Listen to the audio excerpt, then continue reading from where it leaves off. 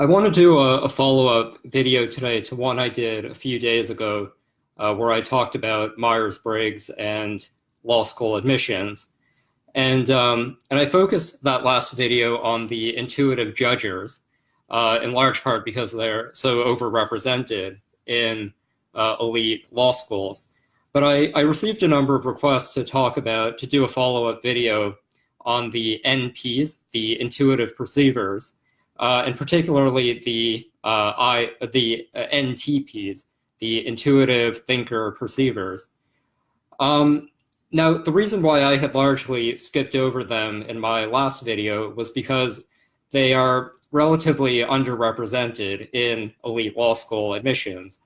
So, for example, NPs, intuitive perceivers, generally are somewhere around 20% of the population, in that at Yale Law School, at least according to one informal survey, the NPs comprised about 14% of the Yale Law School class. And I think that there's probably a degree of underreporting here. And I think that's true because I found, and a lot of other people have commented in the Myers-Briggs community, that NTPs, but I think in particular the INTP personality types, tend to be somewhat skeptical about Myers-Briggs and generally are critical of it. So that may have affected participation in the survey. But my hunch is that probably, even accounting for underreporting and all that, you probably at elite law schools have the NP personality type roughly congruent with the overall percentage in the population. Now, okay, so the question I want to dig into is, why are intuitive perceivers not, maybe below what they ought to be, or what you might expect them to be in elite law schools? And I think there are a couple of things going on here. So first of all, I mean, I wouldn't necessarily, I don't think that for the most part, intuitive perceivers are absent in elite law schools because they don't want to be there. I think of the intuitive perceivers, I would say there's only one type, the INFPs, who are just obviously not a good fit for law schools. The INFP personality is very quiet. They feel very deeply. They tend to be found largely in caretaking kind of professions. They're predominantly women. INFPs are actually the most likely to be stay-at-home parents, and it just makes sense that they wouldn't necessarily even want to go to law school. They're probably not as comfortable with the kind of confrontation and the debate that's apparent in law schools. But I do think that the other three types of NPs, the INTPs, the ENTPs, and the ENFPs, all have a certain temperament or skill set that could conceivably work and really thrive in a law school setting. And so the question is, so why aren't they here? And I have a couple theories on why that is, and then I want to talk about what can be done about that and offer some concrete practical advice for intuitive perceivers who do want to go to an elite law school. So I think the number one reason is that the elite law school admissions process is not a filter that happens in isolation. It's largely reflective of what happens in the undergraduate admissions process. And I talked in the last video about how the K through 12 system in formal schooling generally, but especially in the public school system, is very much shaped and designed by the censor judges. And I think in particular, at the practical line level, really it's from the SFJs, the censor feeler judges, who tend to make up a disproportionate number of teachers throughout the K through 12 process.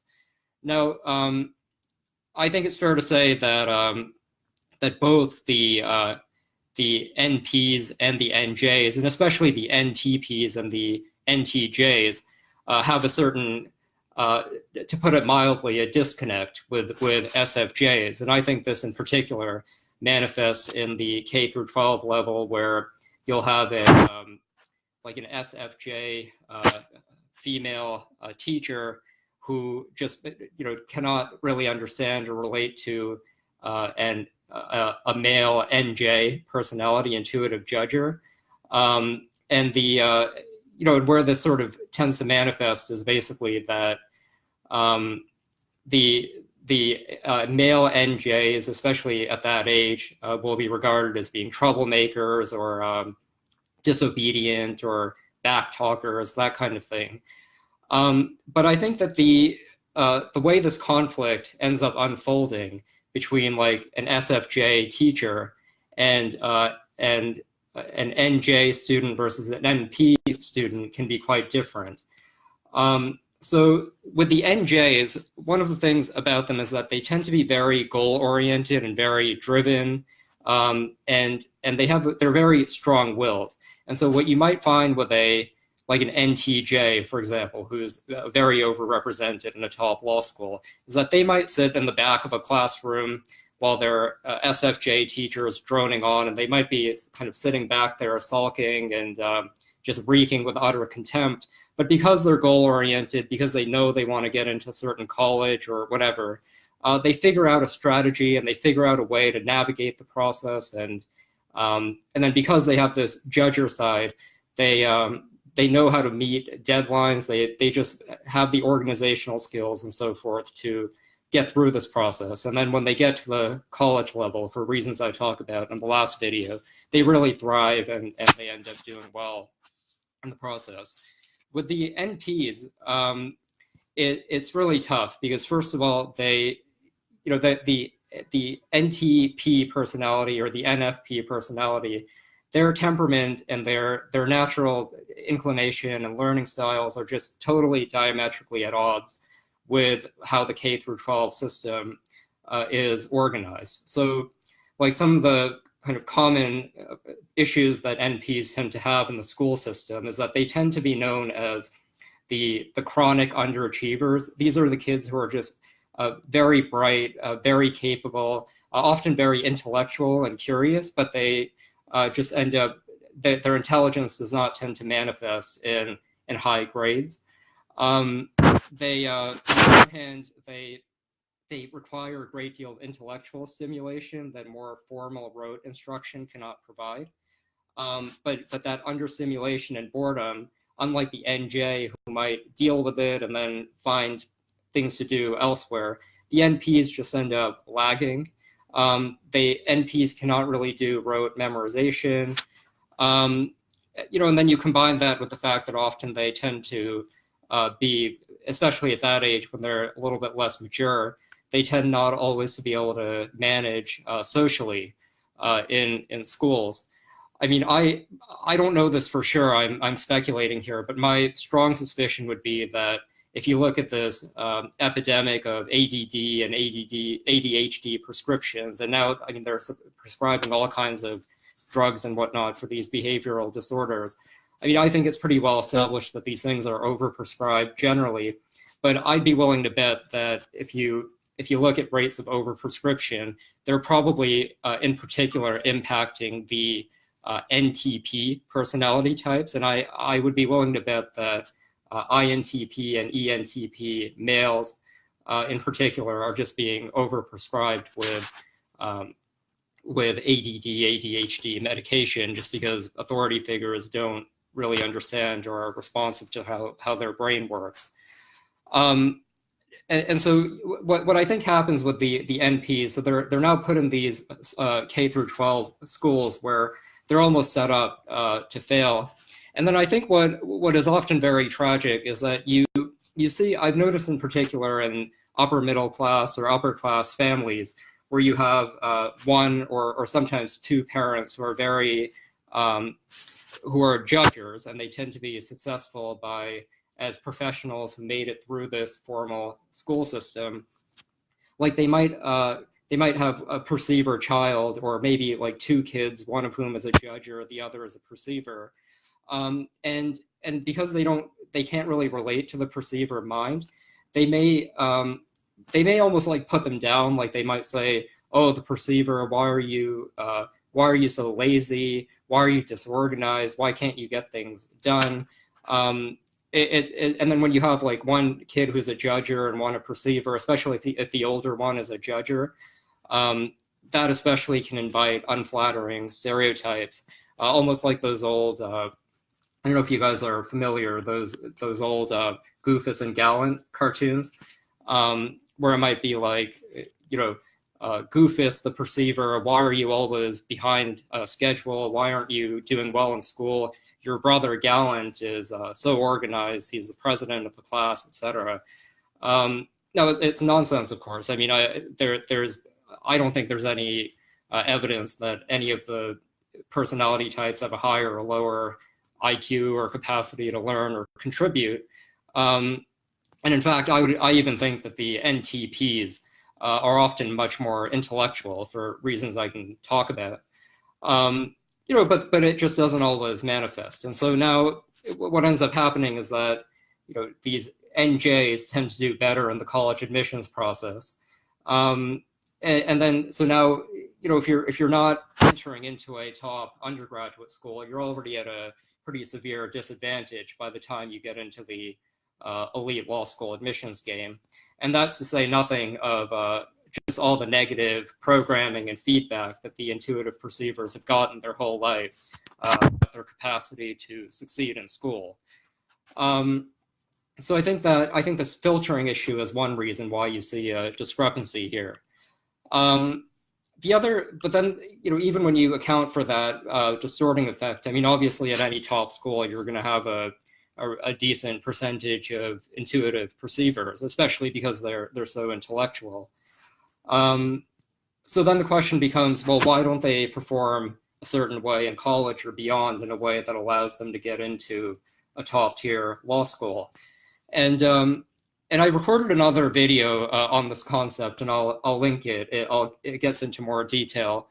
But the way that I would think about it is that in the elite law school game, there's sort of a macro strategy that you have to get right, and then a micro strategy, both of which tend to favor judgers over perceivers. So at the macro level, what you find is that NJs, intuitive judgers, tend to plan on a very long-term time horizon, and they're comfortable making decisions. And so it's not in the least bit unusual that you'll meet an intuitive judger at a top law school, and then you'll ask them, well, when did you decide to go to law school, or when did you decide that you want to be a lawyer? And they'll say, just with a total straight face, that they decided sometime when they were like 7 years old or 8 years old. And they'll say this as if it's perfectly normal, because that's how their brain works. I'm an INTJ. I decided that I wanted to work in politics and policy around age 4 or 5.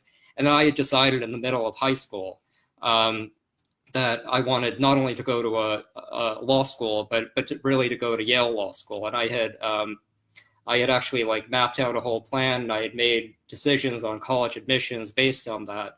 And so what had happened, for example, was I never really got along with my high school teachers or even some of the other teachers. And my 8th grade English teacher, who I assume was an ESFJ, she didn't recommend me into the honors program for English.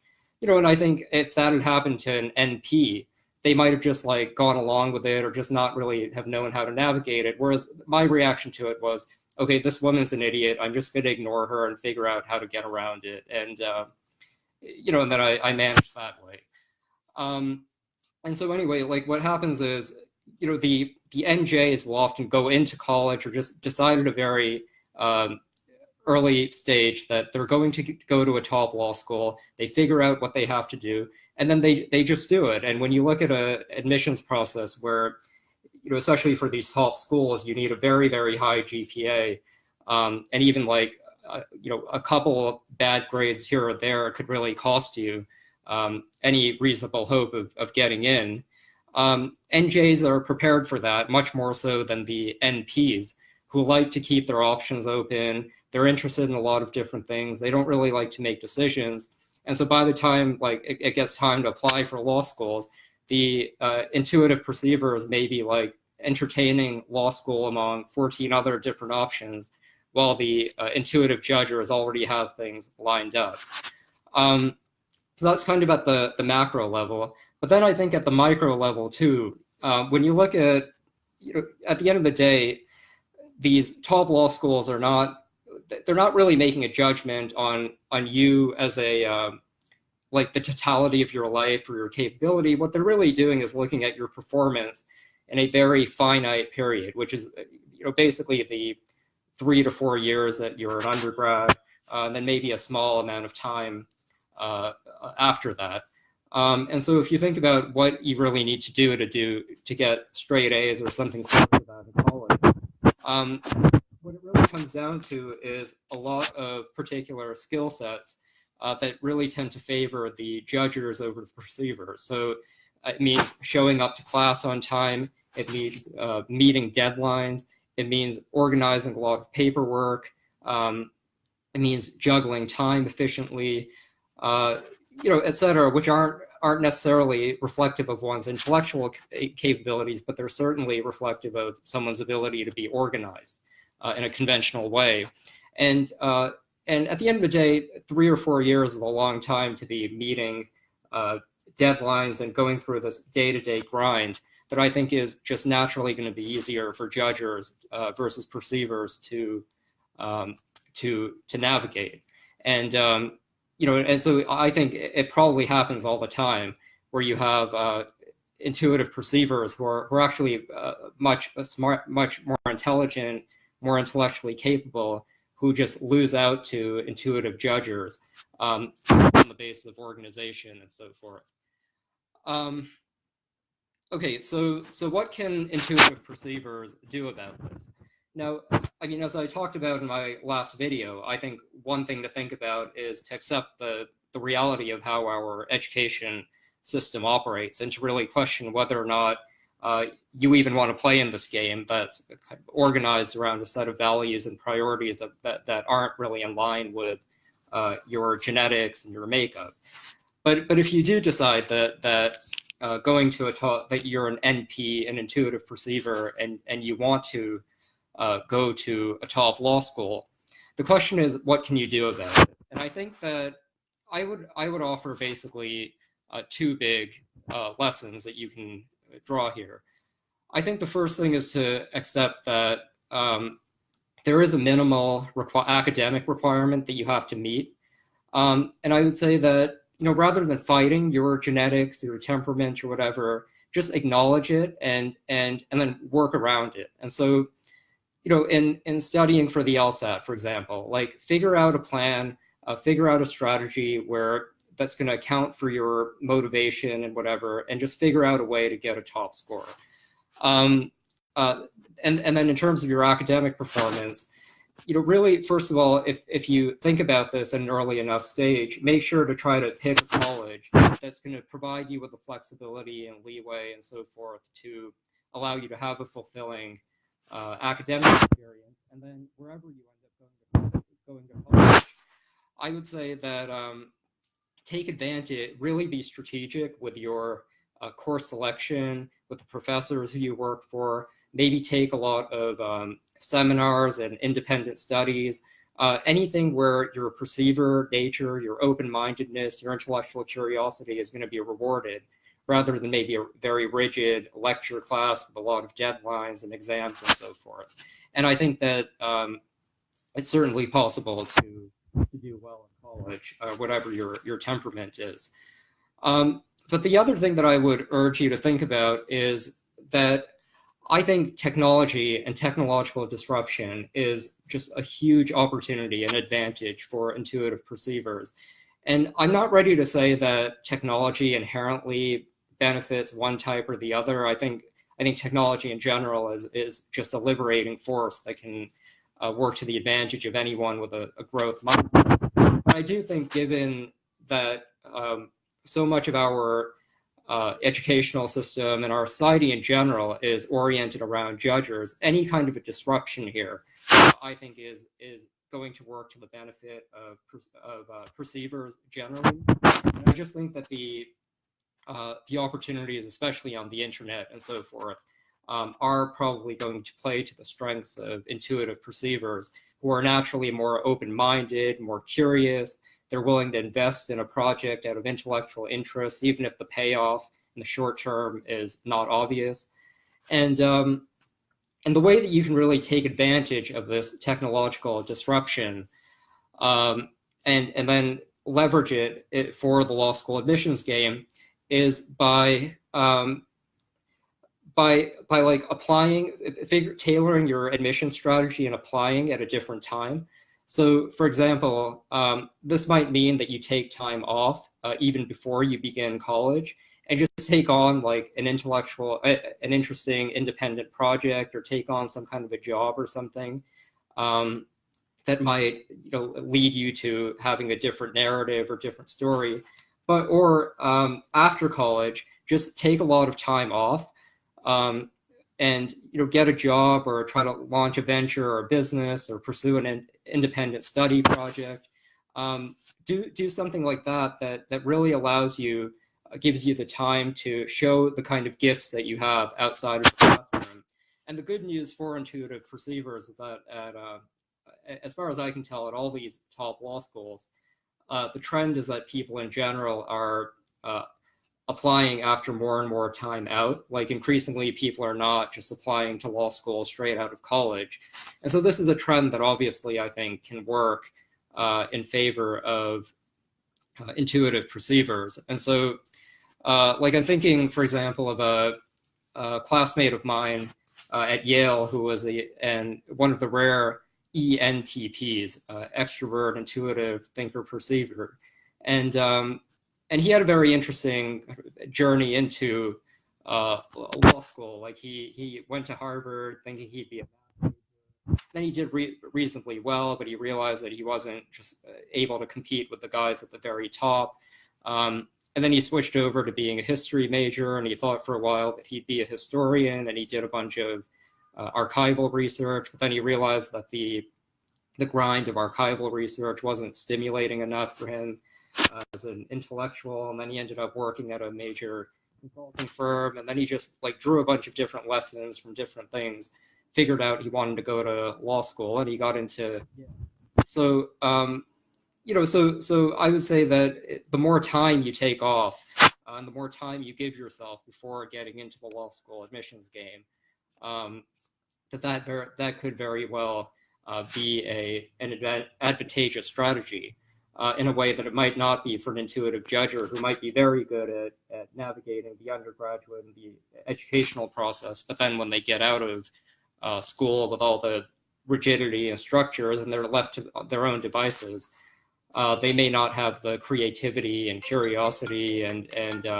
openness to really thrive in an interesting way. So if you're an intuitive perceiver in particular, I'd be very interested if this rings true, or if you agree with it, or any questions you have.